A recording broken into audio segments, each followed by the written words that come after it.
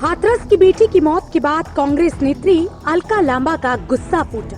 उन्होंने कहा कि एक तरफ सरहद पर तैनात जवान देश की रक्षा के लिए अपने प्राणों को न्यौछावर कर रहा है, तो वहीं दूसरी तरफ देश के अंदर देश की बेटियों को दरिंदे नोच रहे हैं, अपनी हवस का शिकार बना रही हैं। अलका लांबा ने पुलिस की हीला हवाली पर भी सवाल उठा।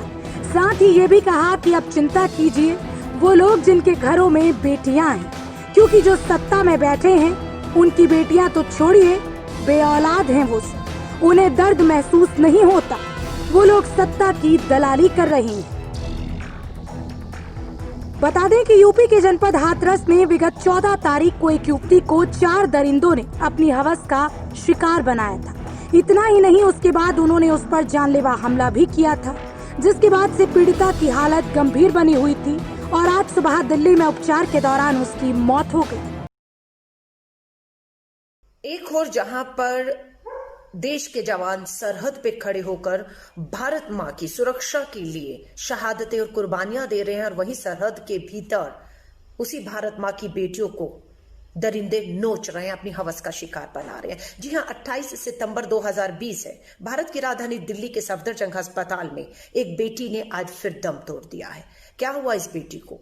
उत्तर प्रदेश के हाथरस के चंदपा गांव की इस बेटी को 4 दरिंदों ने नोचा, अपनी हवस का शिकार बनाया। इतना ही नहीं, उसकी जबान भी काट दी गई कि वो कुछ बोल ना सके। उसकी गर्दन की हड्डी तोड़ दी गई, उसे अपाहिज बना दिया गया। और पूरी की पूरी पुलिस प्रशासन इसे एक फर्जी खबर बताता रहा। 14 सितंबर की यह घटना है। 18 तारीख को एफआईआर होती है, लेकिन उस एफआईआर में गैंग रेप का जिक्र नहीं किया जाता। उसी गांव के संदीप, लवकुश, राजकुमार, रवि का नाम इसमें आता है, लेकिन पुलिस उन्हें बचाने का काम करती है।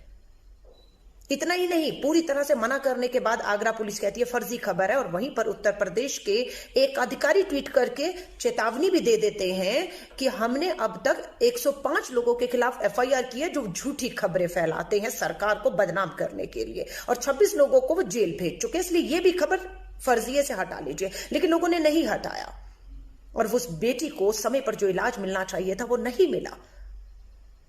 देरी हुई, सफदरजंग लाई गई, और आज सुबह उस बेटी ने दम तोड़ दिया है। उस बेटी ने दम तोड़ दिया है। किससे न्याय मांगे? किसके सामने जाकर गुहार लगाए? देश के प्रधानमंत्री जी के सामने, देश के राष्ट्रपति जी के सामने, मुख्यमंत्रियों के सामने, राज्यपालों के सामने, पुलिस कमिश्नर के सामने, राष्ट्रीय महिला आयोग के सामने, या आप यूनाइटेड नेशन जाए अपनी बेटियों के लिए? चिंता कीजिए जिनके घरों में बेटियां हैं। क्या हाल हो रहा है इस देश के अंदर, बेटियों का ये अब छुपा नहीं है। चिंता कीजिए जिनके घर में बेटियां हैं, क्योंकि जो सत्ता में बैठे हैं उनकी बेटियां तो छोड़िए, बेऔलाद हैं वो सब, बेऔलाद है। उन्हें वो दर्द नहीं महसूस होता। सत्ता की दलाली कर रहे हैं वो।